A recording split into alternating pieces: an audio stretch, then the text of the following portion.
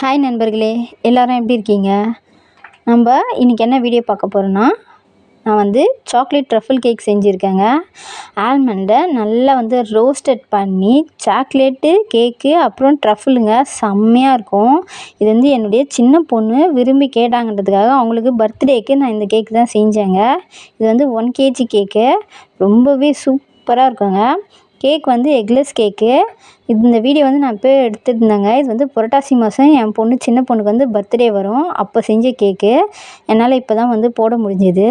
Cake பார்த்திங்கன்னா eggless கேக்கு ரொம்ப சாஃப்டாக இருந்ததுங்க. எடுக்கிறப்பே ரொம்ப உடஞ்சி போகுதுங்க. ஆனால் அந்த உடஞ்சி போன கேக்கையும் வச்சு சூப்பராக நம்ம டெக்கரேஷன் பண்ணலாம். பிகினர்ஸால் இந்த அளவுக்கு பண்ண முடியாது. கொஞ்சம் நம்ம செய்ய செய்ய எக்ஸ்பீரியன்ஸ் ஆனவங்க மட்டும்தான் இந்த மாதிரி உடஞ்சி கேக்கு கூட நம்ம சூப்பராக கேக்கை சூப்பராக ஃபினிஷ் பண்ணி க்ரீம் அப்ளை பண்ணலாம். நான் கிட்டத்தட்ட ஒரு 5 வருஷமாக கேக் செஞ்சிட்ருக்கேங்க. ஆர்டர் கேக்கும் செஞ்சிட்ருக்கேன். அதனால் என்னால் கொஞ்சம் இதை சரி செஞ்சுக்க முடியும். இப்போ பார்த்தீங்கன்னா நான் 1 kg சாக்லேட் ட்ரஃபிள் கேக்குக்கு க்ரீம் நிறைய நட்ஸுங்க, நிறைய ஆல்மண்ட் நான் நல்லா தூள் பண்ணிவிட்டு, அதாவது ரொம்ப நைஸாக தூள் பண்ணக்கூடாதுங்க. அங்கே க்ரன்ச்சியாக இருக்கணும். அதை நல்லா வறுத்துட்டு, அதாவது பட்டரில் வறுத்துட்டு ஃபுல்லாக நட்ஸ் போட்டிருக்காங்க. ரொம்பவே சாப்பிட்றப்ப செம்மையாக இருந்துச்சுங்க. அப்புறம் ட்ரஃபிள் பார்த்திங்கன்னா விப்பிங் க்ரீமும் நம்ம யூஸ் பண்ணிக்கலாம். அப்புறம் ஃப்ரெஷ் க்ரீமும் நம்ம யூஸ் பண்ணிக்கலாம். நான் விப்பிங் க்ரீம் தான் யூஸ் பண்ணியிருக்கேன். ஏன்னா எனக்கு இங்கே ஷாப்பில் ஃப்ரெஷ் க்ரீம் கிடைக்கல. அதனால் விப்பிங் க்ரீம் நான் யூஸ் பண்ணிடுறேங்க. 1:1 ரேஷியோவில் தான் நான் யூஸ் பண்ணியிருக்கேன். சூப்பராக நமக்கு சாக்லேட் ட்ரஃபிள் கேக் சூப்பராக செஞ்சுருக்கேன் பாருங்கள். நான் சொன்ன மாதிரி டேமேஜ் கேக்கை நம்ம சூப்பராக ஃபினிஷ் பண்ணலாம். அதுக்கு நம்ம சொன்ன மாதிரி நல்லா எக்ஸ்பீரியன்ஸ் வேணும். இப்போ பார்த்திங்கன்னா நான் சிம்பிளாக ஒரு டிசைன் தான் நான் பண்ணுறேங்க. செம்ம டேஸ்ட்டு. இந்த கேக் எங்கள் வீட்டில் அன்றைக்கே காலி ஆகிடுச்சுங்க. அந்தளவுக்கு பசங்க வைக்கவே இல்லை, அவ்வளோ டேஸ்ட்டு. நான் என்னைக்கு கேக்கு செய்ய ஆரம்பிச்சேனோ அன்றைலேருந்து என் பசங்களுக்கு நான் கடையில் வாங்குறதே கிடையாதுங்க. வீட்டில் மட்டும்தான் செய்கிறேன்.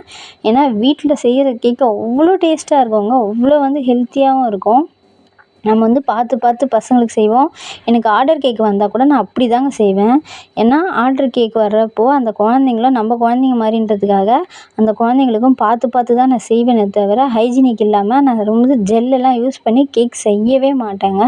அவங்கக்கிட்ட காசு கூட நம்ம அதிகமாக கேட்கலாம். நம்ம ஹைஜீனிக்காக பண்ணுறோம், இந்த மாதிரி பொருளெல்லாம் நம்ம யூஸ் பண்ணுறோன்னு சொல்லிட்டு கேட்டு வாங்கிக்கலாங்க. ஆனால் நம்ம காசு வாங்கிக்கிட்டு அதுக்கு குவாலிட்டி கம்மியாக நம்ம கேக் எப்போவுமே செஞ்சே தரக்கூடாதுங்க. அது ரொம்ப பாவம். அதனால நம்ம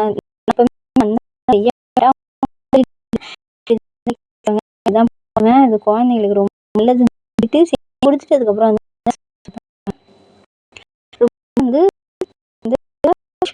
நான் ஃபஸ்ட்டு ஒரு கோட் எடுத்துட்டு க்ரம் கோட் எடுத்துட்டு செட் பண்ணிவிட்டு தாங்க அதுக்கப்புறம் மேலே நான் அப்ளை பண்ணேன். அப்போ தான் நமக்கு நல்லா செட் ஆகி சூப்பராக கிடைக்கும். இல்லைன்னா நம்மளால் க்ரீம் சரியாக ஃபிக்ஸே ஆகாது. அது மெல்ட் ஆகி கீழே விழுந்துடும். அதனால் நம்ம முடிஞ்ச அளவுக்கு ஃப்ரீசரில் செட் பண்ணதுக்கப்புறம் திரும்பி இன்னொரு கோட்டிங் நம்ம கொடுத்துக்குறோம். இந்த கேக் பார்த்திங்கன்னா ரொம்ப காஸ்ட்லியாக இருக்குங்க. இந்த சாக்லேட் ட்ரஃபிள் கேக்கு. இதுக்கும் பார்த்திங்கன்னா பேக்கரியிலலாம் ஜெல் யூஸ் பண்ணுவாங்க. அதுக்கப்புறம் அந்த கேக் எப்போ செஞ்சாங்கன்னே தெரியாது. அந்த மாதிரிலாம் நமக்கு யூஸ் பண்ணி கொடுப்பாங்க. நம்ம ஃப்ரெஷ்ஷாக என்னைக்கு நமக்கு ஆர்டர்லாம் கொடுக்குறாங்களோ அன்றைக்கி தாங்க ஃப்ரெஷ்ஷாக நான் கேக்கே செஞ்சு, அதாவது நாளைக்கு ஆர்டர்னா இன்றைக்கி கேக் செஞ்சு மறுநாள் காலையிலையோ இல்லை அவங்களுக்கு அர்ஜென்ட்டுன்னா அதுக்கேற்ற மாதிரி முன்ன பின்ன ஒரு நாள் தாங்க முன்ன பின்ன ஆகும், அவ்வளோதான். அந்த மாதிரி தான் நம்ம கேக் செஞ்சு தருவோமே தவிர ஒரு வாரம் கேக் செஞ்சு வச்சுட்டு அதை டெக்கரேஷன் பண்ணி கொடுக்குற மாதிரிலாம் நம்ம பண்ணுறது இல்லைங்க. அதுக்கப்புறம் கொஞ்சம் டெக்கரேட்டிங் பார்த்திங்கன்னா நான் இருக்கிற நட்ஸு ஆல்மண்ட் நட்ஸே வச்சு சிம்பிளாக ஒரு டெக்கரேட்டிங் முடிச்சிட்டேன். செம்மையாக இருந்துச்சு. ரொம்ப என் பசங்களுக்கு ரொம்ப பிடிக்குங்க. அது மட்டும் இல்லை, நான் நிறைய கேக்கும் அவங்க ஃப்ரெண்ட்ஸுங்களுக்கெல்லாம் கூட பர்த்டேக்கு செஞ்சு கொடுத்துருக்கேன். அவங்கெல்லாம் கூட சொல்லுவாங்க செம்மையாக செய்கிறாங்க உங்கள் மம்மி அப்படின்னு சொல்லுவாங்க. அவ்வளோ சூப்பராக இருக்கும் கேக்கு. ரொம்ப சாஃப்டாக இருக்கும், ரொம்ப டேஸ்ட்டாக இருக்கும். இப்போ பார்த்திங்கன்னா கீழே ஒரு ரோ ஃபுல்லாக இந்த மாதிரி நட்ஸை டெக்கரேஷன் பண்ணிவிட்டு அது மேலே அதே மாதிரி டெக்கரேஷன் பண்ணிக்கிறாங்க. நமக்கு எப்படி தோணுதோ அந்த மாதிரி ஒரு டிசைன் பண்ணிக்க வேண்டியதுதான். நம்மக்கிட்ட தான் இருக்குது. எந்த டிசைன் வேணுமானாலும் பண்ணலாங்க. நம்ம யூடியூப்பில் பார்த்து பண்ணுற அதே டிசைன் தான் பண்ணணும்னு அவசியம் இல்லை. நம்ம கொஞ்சம் க்ரியேட்டிவாக வந்து திங்க் பண்ணி நம்ம வந்து எந்த மாதிரி வேணாலும் நம்ம டிசைனை வந்து சூஸ் பண்ணி செய்யலாம்.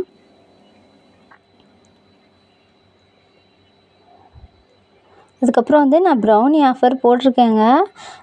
1 கேஜி ப்ரௌனி வந்து பார்த்திங்கன்னா வந்து 950 ருபீஸு ப்ளஸ் வந்து ஷிப்பிங் சார்ஜு ஃப்ரீன்னு தான் போட்டிருக்காங்க. நீங்கள் ஒரு வாட்டியாவது வாங்கி ப்ரௌனி சாப்பிட்டு பாருங்கள். சாப்பிட்டு பார்த்திங்கன்னா வந்து உங்களுக்கு அந்த டேஸ்ட்டு பிடிக்கும். அது மட்டும் இல்லாமல் உங்களுக்கு எப்படி இருக்குதுன்னு நீங்கள் பார்த்துட்டே வந்து நீங்கள் இன்னொரு டைம் கண்டிப்பாக ஆர்ட்ரு பண்ணுவீங்க. அதனால் ஒரு டைம் வந்து நீங்கள் ப்ரௌனி ஆர்ட்ரு பண்ணுங்கள்.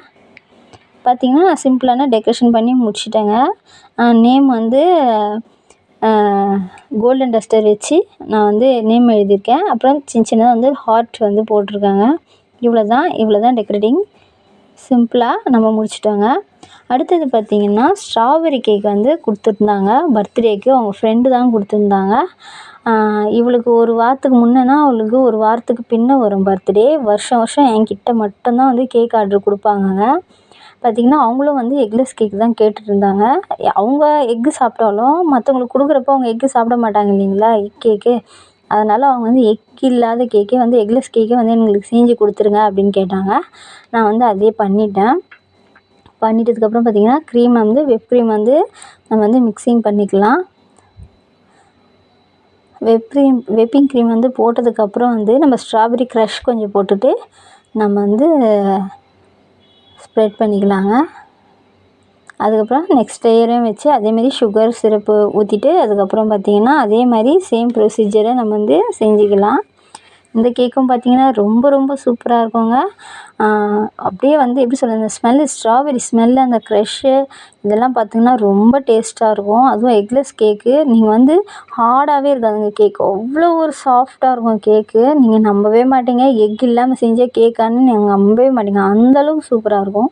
ஆனால் என்ன பார்த்திங்கன்னா நான் வந்து இந்த மாதிரி நம்ம வந்து இந்த மாதிரி கேக் ஐஸ் கேக்கெல்லாம் வந்து நான் வெளியெல்லாம் ஆர்டர் கொடுக்க முடியாதுங்க. லோக்கலில் வேணால் நம்ம கொடுத்துக்கலாம். ப்ரௌனி மட்டும் பார்த்திங்கன்னா நம்ம வந்து எங்கே ஆல் இண்டியா டெலிவரி வந்து நம்ம பண்ணலாங்க. நீங்கள் வந்து ஒரு வாட்டி வந்து ப்ரௌனி வந்து ஆர்டர் பண்ணி பாருங்கள்.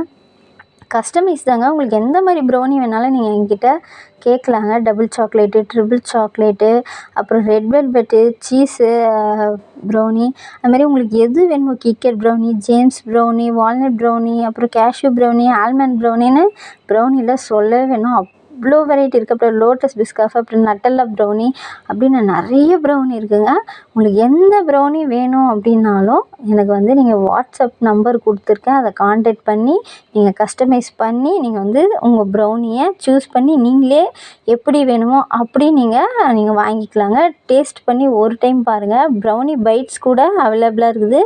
நீங்கள் ஆர்டர் பண்ணி ஒரு டைம் வந்து சாப்பிட்டு பார்த்துட்டு அதுக்கப்புறம் பாருங்கள். நீங்களே வந்து கண்டிப்பாக ரிவ்யூ கொடுப்பீங்க. அவ்வளோ வந்து சூப்பராக இருக்கும். இப்போ பார்த்திங்கன்னா நம்ம ஃபஸ்ட்டு வந்து க்ரீம் அப்ளை பண்ணிவிட்டு க்ரம் கோட்டிங் கொடுத்துட்டு 1/2 அன் ஹவர் ஃப்ரிட்ஜில் வந்து செட் பண்ணிட்டேங்க. செட் பண்ணிவிட்டு நம்ம திரும்பி எடுத்துகிட்டு திரும்பி வந்து க்ரீம் அப்ளை பண்ணுறோம். இதுக்கும் வந்து ஒரு சிம்பிளான டிசைன்ஸ் தான். நமக்கு வந்து எந்தளவுக்கு காசு வந்து அவங்க கொடுக்குறாங்கன்றதை பொறுத்து தாங்க நம்ம வந்து டிசைன் பண்ண முடியும். நமக்கு அதுக்கேற்ற மாதிரி நம்மளுடைய பொருளும் நம்ம வாங்கணும். அதுக்கேற்ற வேலையும் இருக்குது. அந்த காசுக்கு ஏற்ற மாதிரி தான் வந்து நம்ம வந்து டெக்கரேட்டிங் பண்ண முடியும். எந்த அளவுக்கு காசு கொடுக்குறாங்களோ அந்தளவுக்கு நம்ம அதிகமாக டெக்கரேட் பண்ண போகிறோம். எந்த அளவுக்கு கம்மியாக கொடுக்குறாங்களோ அந்தளவுக்கு. ஆனால் டேஸ்ட்டில் எந்த ஒரு குறையுமே இருக்காதுங்க.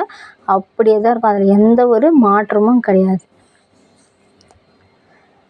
பார்த்திங்கன்னா உங்களுக்கு நான் ப்ரௌனி பற்றி நிறைய சொல்லிட்டேன். நீங்கள் ஒரு டைம் வந்து கண்டிப்பாக ஆர்ட்ரு பண்ணி பாருங்கள். உங்களுக்கு ரொம்ப பிடிக்குங்க. நீங்கள் ஒரே ஒரு டைம் ஆர்ட்ரு பண்ணி உங்களுக்கு அது தெரியும்.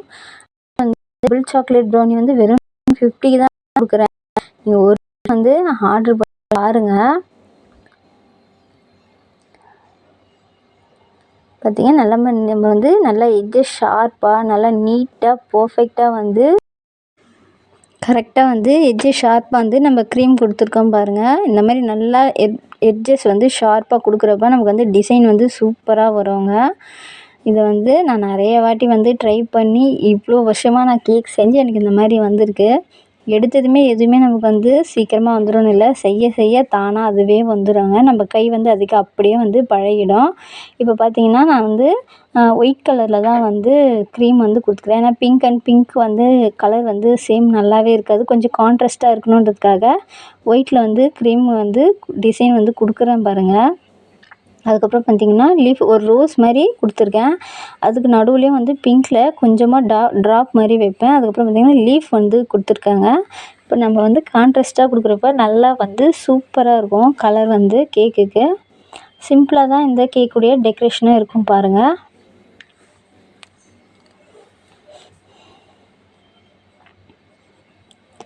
பார்க்கறதுக்கு வந்து ஒரு ரோஸ் ஃப்ளவர் மாதிரி இருக்கும். செம்மையாக இருக்கும் பாருங்கள் அழகாக. இதுதான் லாஸ்ட் டைம் வந்து நான் கொஞ்சமாக சாக்லேட் ட்ரிப்பிங் கொடுத்துட்டு அப்புறம் நேம் அதிலே எழுதி விட்டுட்டேங்க.